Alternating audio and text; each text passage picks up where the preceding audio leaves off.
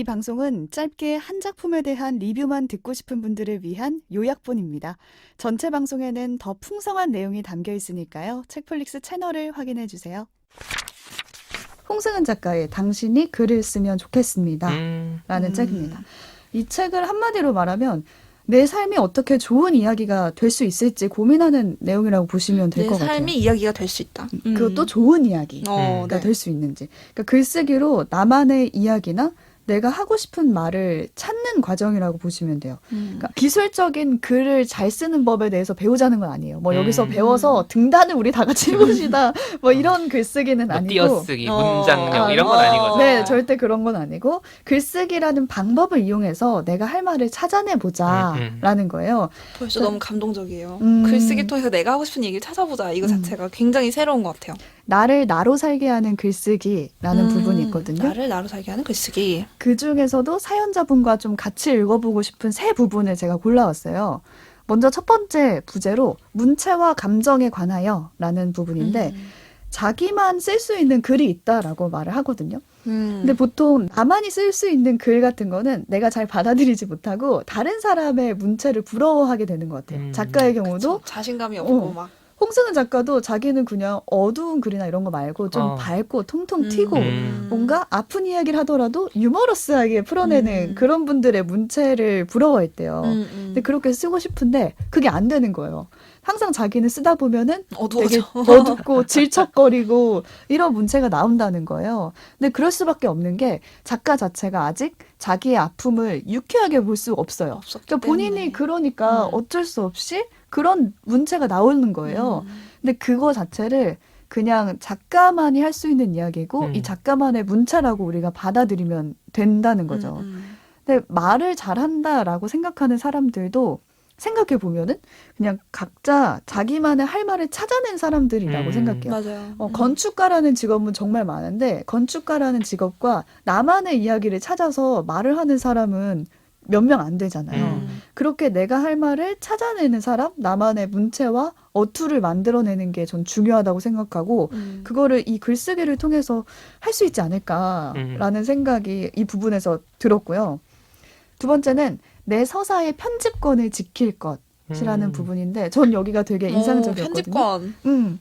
내 의견과 생각과 앞으로의 선택을 좌지우지할 권리를 아무한테나 주어주지 말자는 거예요. 아까 오지 때도 말을 했지만 우리가 비난을 나에게 하는 사람들을 생각해 보면은 그다지 나를 생각하지 않는 사람이 그렇죠. 오히려 비난을 쉽게 하고 섣불리 상처가 하는 나요. 경우가 많아요. 그럼 그 사람이 말하는 대로 이렇게 바꿔야 되나? 이렇게 흔들릴 흔들리는데 수 있죠. 그거를 내가 구분해야 되고 그 권리를 그 사람한테 함부로 섣부르게 줄 필요가 없다라는 거예요. 작가도 처음으로 간 시수업에서 그런 평가를 받아요. 처음에 시수업에서 쓴 시 제목이 청춘 정육점이었대요. 어둡고 촉촉해지는. 느낌이 오죠. 무슨 신지는 잘 모르겠지만 이 제목에서 포스가. 청춘을 난도질이 정육점에서 연상되고 네. 핏빛이 연상되고 이 시를 본 그때 시인 선생님이 너무 어둡다. 그리고 너무 치기 어린 시다라고 평가를 했대요. 그래서 이 작가는 그거를 그냥 그대로 받아들이지 않고 아니 왜 시가 꼭 밝아야 돼? 하나요? 라고 물었대요. 근데 시인이 말하기를 등단하려면. 네. 소위 팔리는 글 기준으로 얘기를 하신 거잖아요. 네, 뭐 그런 평가를 할 수도 있지만 그거를 작가는 받아들이지 않았어요. 그래서 다른 글쓰기 모임을 갔는데 거기서도 역시 호되게 피드백하는 경우가 있었던 거예요. 싫어하나 보다. 이것만 들으면 글쓰기 모임이 되게 무서워. 어마무시한 것 같은 느낌? 그래서 안전한 관계에서 시작해야 된다는 게 그거예요. 근데 글쓰러 모였는데 내 마음을 좀 쓰고 싶어서 모였는데 하나둘 그 피드백 때문에 떨어져 나가는 거예요. 재단되고 평가받고 막 이러니까. 그냥 우리 삶 그대로 봐주면 안 돼? 내가 삶을 그래 썼는데 그냥 봐주면 되는 거잖아요. 그렇죠. 그래. 거기에 대해서 보완할 부분은 말을 해주면 되는 건데 그래서 그런 생각을 담아서 글쓰기 모임을 직접 만들어요. 이분이. 그렇지, 참다 못해. 내가 차렸다.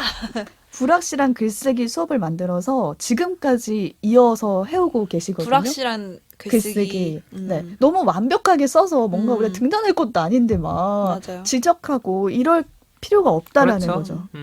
그래서 정말 사적인 글쓰기가 잘 이루어지는 모임이라고 보시면 되고 제가 여기서 생각했던 게 글뿐만 아니라 우리가 의견을 말할 때도 내 생각을 전할 때도 가장 걱정되는 부분이 정말 두려움이에요. 아까 맞아요. 말했듯이. 그래서 저는 그때 이런 생각을 하거든요. 아 가만히 있으면 중간이 나가니까 그러니까 맞아. 입을 다물자. 한국 문화에서는 이게 진짜 지배적이잖아요. 손 안 말하지 하면 안 말자. 틀리잖아. 네. 말 안 하면 안 틀려. 그럼- 말하면 틀리는 거야. 딱 그거잖아요.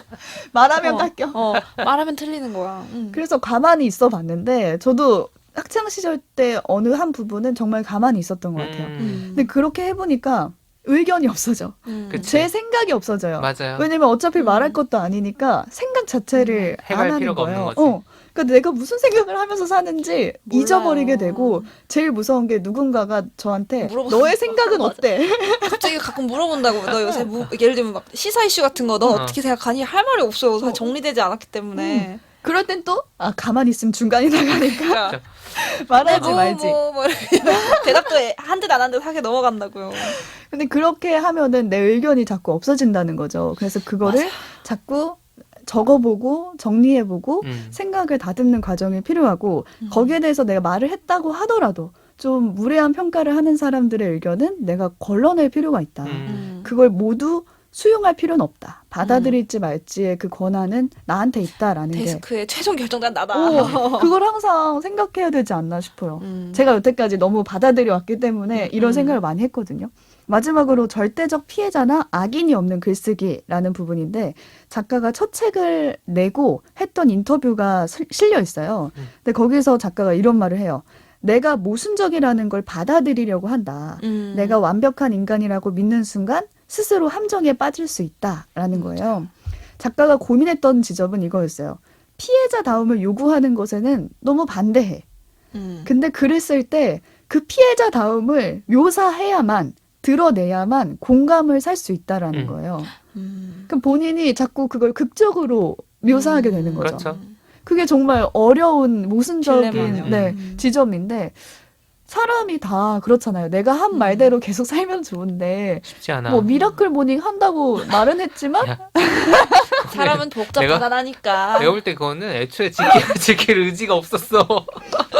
저 같은 경우에는 뭐 장애인을 비하하는 이런 언어 습관을 하지 말자라고 말은 해요. 근데 얼마 전에 제가 저한테 스스로 놀랐던 게 좌식 의자를 보고 앉은뱅이 의자라고 제가 표현을 하고 있더라고요. 무심코 튀어나온 그냥 거잖아요. 말하는 거예요. 그렇게. 관성이라는 게 있으니까. 근데 이때 두 가지 선택을 할 수 있는 것 같아요. 한 가지는 이거는 실수였고 나는 내 실수를 그냥 무마해버리고 앞으로 다른 사람이 그런 실수를 하는 걸 봤을 때 그냥 무작정 비판하고 나는 그런 거 싫어해 라고 그냥 말을 해버리는 경우가 있죠. 그냥 고집 부리는 거죠. 나는 그런 적 없었던 것처럼. 그리고 두 번째는 완벽하게 못할 바에는 아예 말을 하지 말자. 그냥 입을 닫아. 입을 닫아. 어떤 다짐도 하지 마. 미라클 모닝 하겠다고 하지 말고. 그럼 이제 이 침묵 속에 빠지는 거죠. 네. 모든 세상이. 그래서 그냥 이 두 가지 중에 자꾸 선택하려는 게 아니라 가장 좋은 방법은 나도 틀리고 너도 틀릴 수 있다라는 걸 계속 인정하며 가는 방식인 것 같아요. 대신 빨리 고치자. 그렇죠. 그러니까 고치려는 의지를 계속 가지고 있는 게 중요한데 그거를 결벽증처럼 지키려고 하면 오히려 더 힘들 수가 있어요. 아무것도 네. 못하는 거죠. 할 수가 있어요. 그냥 쓰고 말하고 틀리면서 그 과정을 계속 반복해 가면서 성장할 수 있는 게 아닌가라는 생각이 들었어요. 그래서 오늘 말씀드린 이 세 가지 부분을 다 경험하고 연습해 볼 수 있는 모임이 바로 독서 모임이라는 그렇죠.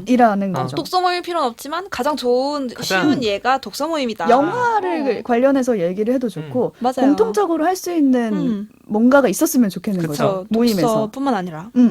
그래서 우선은 시작은 안전한 관계에서 5인 이하로. 그거 진짜로 이중적으로 안전한 관계네요. 정말 안전하다. 코로나로부터도 안전하고. 생물학적으로도 안전하다. 뭐 이게 풀리면 점점 모르는 사람으로 그렇죠. 넓혀가고 비대면으로도 해보고 하면서 내 생각이 받아들여지는 경험을 하기 딱 좋은 것 같아요. 내 생각과 반대되는 입장도 한번 만나보고 독후감을 써보고 거기에 대해서 이야기하는 시간까지 가진다면은 글과 말하는 것까지 금방 늘 수 있지 않을까라는 생각이 들고요. 주변에 분명히 샤이 독서가들이 있어요. 혼자 집에서 읽어. 비슷한 고민하는 사람들 있죠. 네. 근데 막 말은 또 잘하고 싶어. 그런 분들 모아서 5인 이하로 모임 가져보시길 추천드리고 꼭 관계가 친하다고 해서 안전한 거는 또 아니에요. 아니에요. 네, 아니에요. 맞아요. 오히려 안전한 관계라고 모르는 사람이 생각했는데 안전할 수도 있어.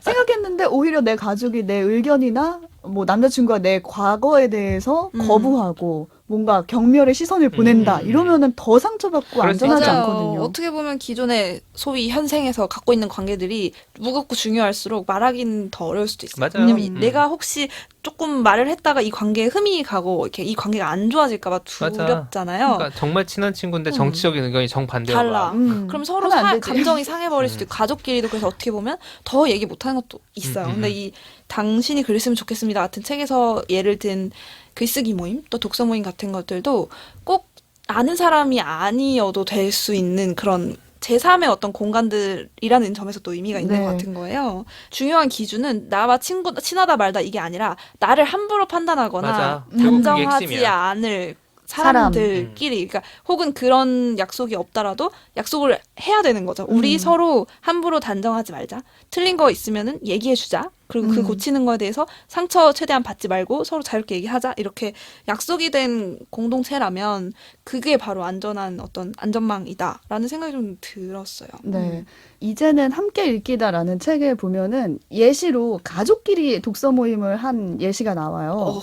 그거 되게 어렵잖아요. 듣기만 해도 무섭다. 충격과 도망가고 공포에 싶다. 나도 되게 좋다라고 그쪽에서는 말을 했는데 저도 이상적으로는 그렇게 하고 싶어요. 근데 가족끼리의 그런 독서 모임이 어려운 거는 성결 과제가 너무 많아요.